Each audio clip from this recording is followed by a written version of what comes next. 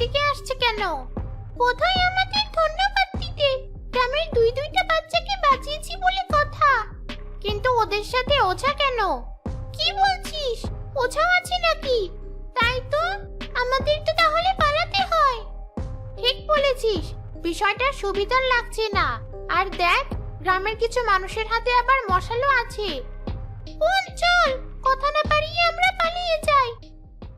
মিনুতিনও পালিয়ে যাওয়ার চেষ্টা করে। তখনই ওঝা মিনুতিনুকে পেছন থেকে নিজের শক্তি দিয়ে একটা খাঁচার মধ্যে বন্দি করে ফেলে। ছেড়ে দাও, ছেড়ে দাও আমাদের। আমাদের কেন বন্দি করেছো তোমরা? আমরা তোমাদের কি ক্ষতি করেছি? কি ক্ষতি করেছিস? দুটো মাসুম বাচ্চাকে পুকুরে ফেলে মারতে যাচ্ছিলি, আর বলছিস কিছু করিসনি?